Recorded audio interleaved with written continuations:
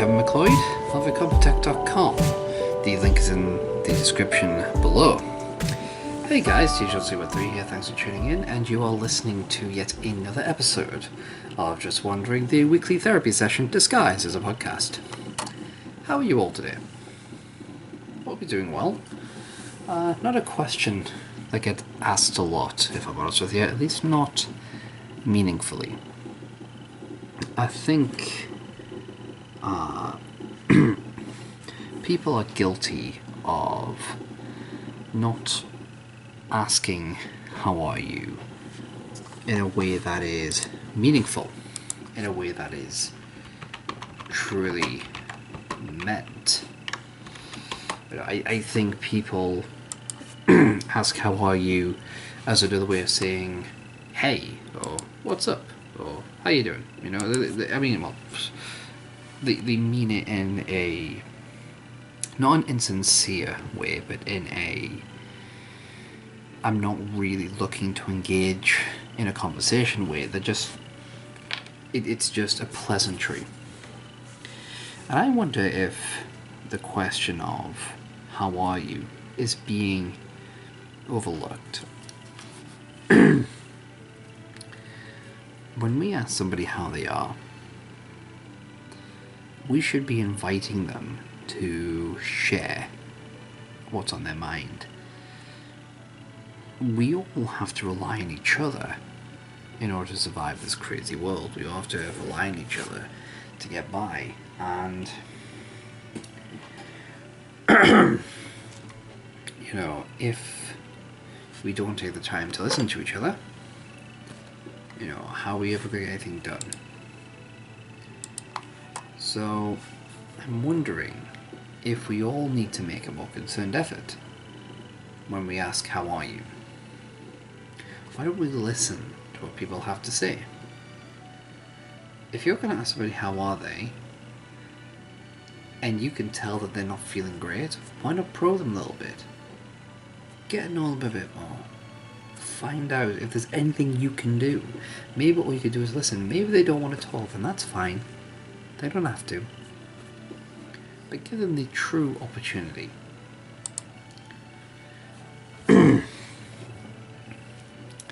How are you? Very big question. Oh yeah, I mean, it kind of gets me when people ask me that, and there's a few times when I've just gone, you know, alright, or whatever. But there are times when I try to answer the question in an honest way, truthfully. And it gets me into some awkward scenarios because most people aren't expecting an honest answer, they're expecting a social answer. I'm okay, not bad, so, meh. It's a bit weird that, I mean, I don't understand why you would ask someone how they are if you don't want an answer. Maybe it's the fact that they don't want the responsibility of having to deal with potentially having to cheer that person up. Who knows?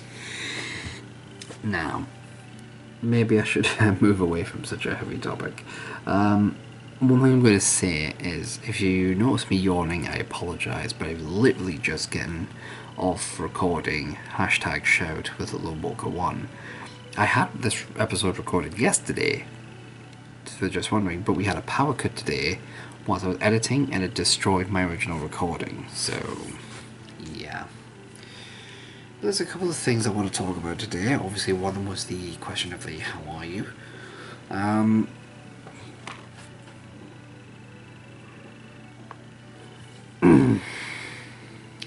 Again, one of those yawns out.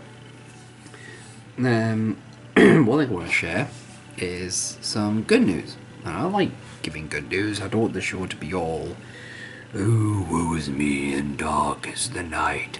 No. This show is like for me to express myself and to talk a bit, you know, and I want this to be positive as well as serious.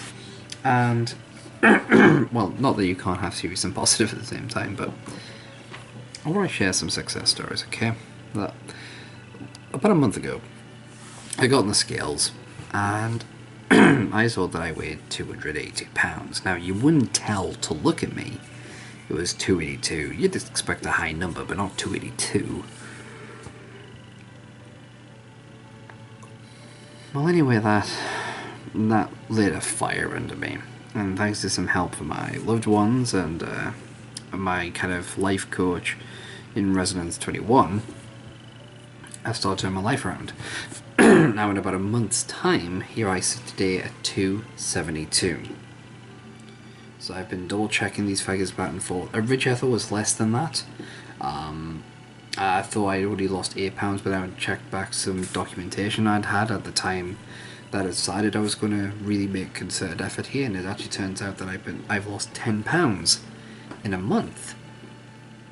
And all I've really done is cut soda out of my life. I mean, I drink water all the time. I don't drink fruit juices, I don't drink sodas, I don't drink flavoured waters.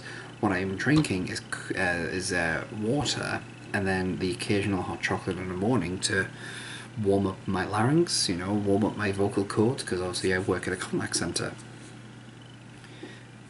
And I play ping pong at work, I do a lot of walking, but yeah, and to think how much I could lose when I really get active, when I rededicate myself to working out in the gym and all that. Imagine what I could accomplish. So I'm really, really happy on that front. But something I wanted to talk about, and as well as successes, there was something that yesterday that really it was something that was really the forefront of my mind last night, and it was something that was bugging me, like really, really bugging me, because at work I was introduced to something known as the ladder of accountability. And the ladder of accountability has 8 rungs, your bottom 4 and your top 4. Some of you may have heard of this. The bottom 4 rungs, rung 1 is when you blame others, and rung 2 is personal excuses, rung 3 is I can't, and 4 is wait and hope. These are behaviours that are classed as victim behaviours, the things that happen to you. They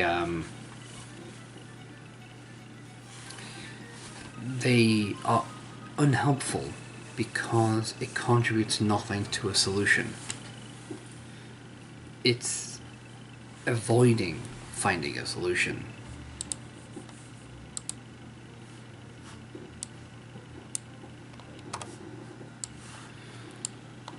And then you've got the top 4. Acknowledge reality. So this is the situation. Embrace it. Then find solutions that make it happen. Now I am aware that these accountable behaviours, the things that happen because of you, these are not things that are easily done necessarily. They're certainly easily said, but they're not easily done necessarily. So there are there are certain things about it that I don't necessarily agree with wholeheartedly, but in the whole it's a pretty good principle. Yet it made me think. It really did make me think. I know a lot of people who are in certain situations where things suck. Things suck for them, and they could be better, and they should be better. And there's a lot of things that they can't do, but then there are things that they can do.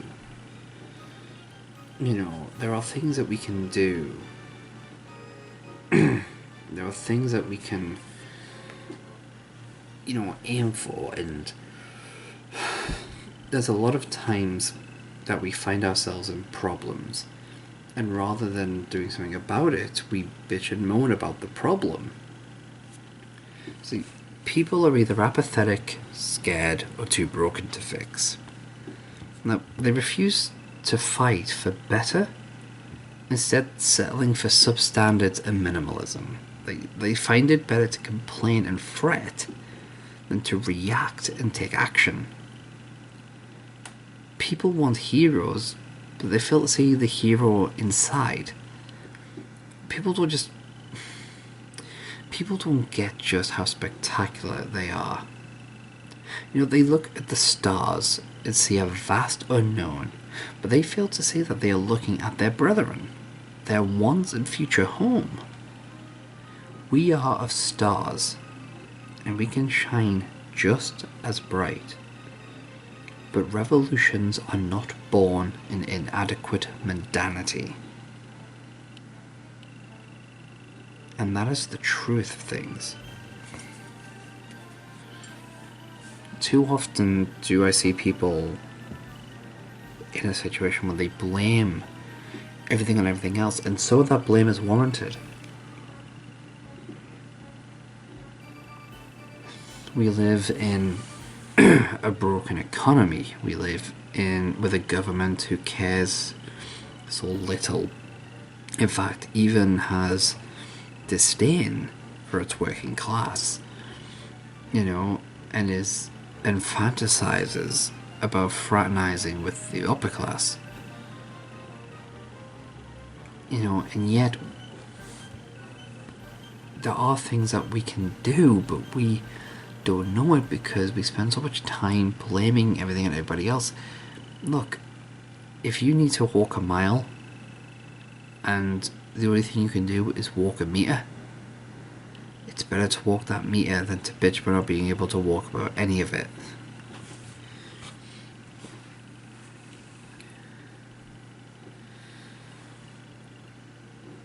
Honestly,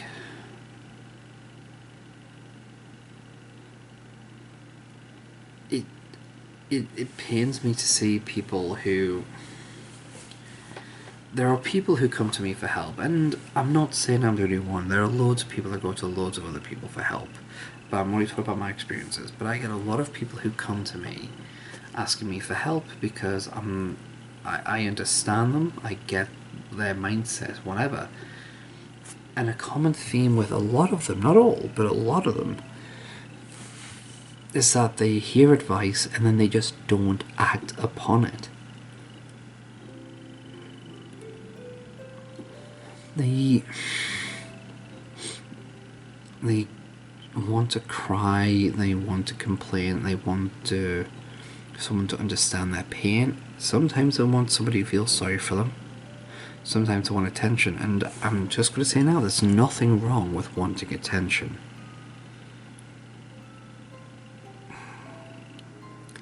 But there are people who don't want to fix their problem, or at least they don't want to put any effort into fixing the problem.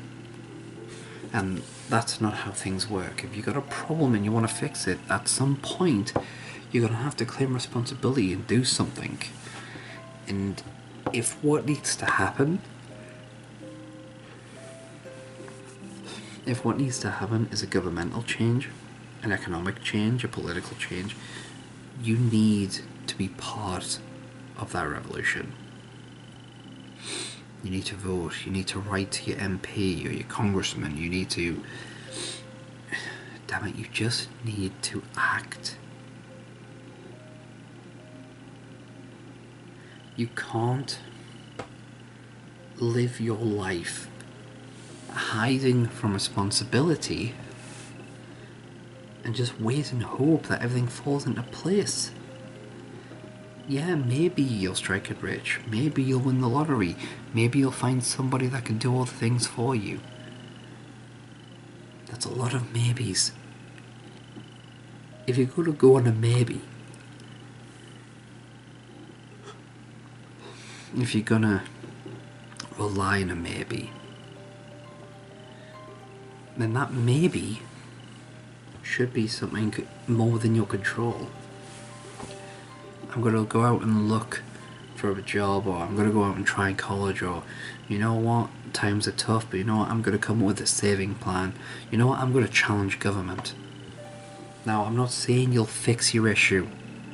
I'm not saying that you're broke, or you're in poverty, or you're ill, or whatever, because you're not trying hard enough. I'm not saying that at all. What I'm saying is, in every problem, at some point you have to acknowledge reality, embrace it, find solutions, and make things happen.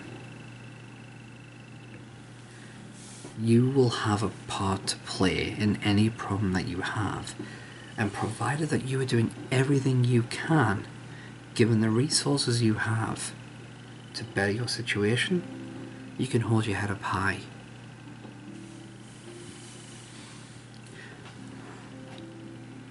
I think a lot of people don't get that. I think a lot of people are scared of that, and I don't necessarily blame them. I don't necessarily... I would do that all the time. But now my years have gotten me a bit more open-mindedness and, dare I say, a little wisdom all the way, and I see that, you know, the way any problem is fixed is through reflection and through hard work and never giving up. Tenacity and resilience are very important things.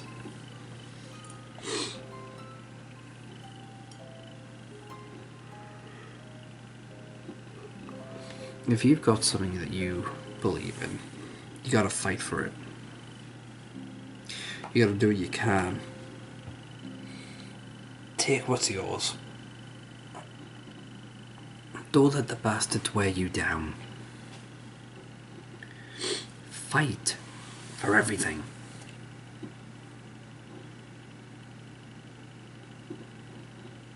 At the end of the day, the only person who is going to always have your back, if they really want to, is you. We all have loved ones, or people we're close to, or someone that we trust, but we can't have them do everything for us all the time. The only person that we have 24/7 is ourselves.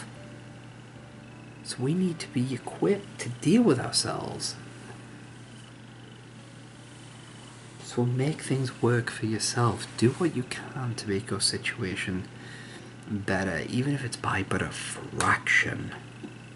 But that doesn't mean you can't ask for help. I'm not saying you have to do everything on your own. What I'm saying is, before you can ask, before you can completely fix a problem, you need to address your role in the problem. You need to address what part you play before you can get this fixed. And that's all there is to it, really, my friends. So don't blame others, don't come with excuses, be careful of your icons, and don't just sit around and wait and hope. Acknowledge reality, embrace it, find solutions, make it happen. And you know what else? Be you. Don't be the you that other people want you to be. Alright? Be the you that you want to be. Be your own ideal. And don't forget to smile. Because everybody's got a beautiful smile. I don't care what your teeth look like. I don't care if you had a stroke. I don't care if your face has suffered some tragic deformity due to the actions of others or birth defect or whatever. You have a beautiful smile. Don't let anybody take it away from you. So keep on smiling, people. Now, normally with this kind of show, I would leave it here, but there's something I want to try and do. One, to kind of see how active this people are in terms of watching this particular kind of vlog, and two, just to give other people a voice. I want you guys to send me any questions you may have, and they could be as personal as you like. You know, you could be asking me for advice, you could be asking me for my opinion, whatever, but I would like you to send like questions to me. You'll feel free to probe me a little bit or whatever, and I will answer them on the show. You know, I want to try this. If nobody sends me any questions, I understand, that's fine. But I want to see if that is something that might be better suited for the show. If not, no worries. But after a very short space of time, I think I'm going to call it there. It's a very late night, there's a lot going on. I'm sorry that this wasn't a longer episode, although to be honest with you, a lot of you are probably happy with that. So what I'm going to do is I'm going to leave you in the capable hands of Kevin Mulcahy once again. I'm going to say to you, this has been another episode of Just Wondering. I'm Steve Johnson 13. Thanks for listening.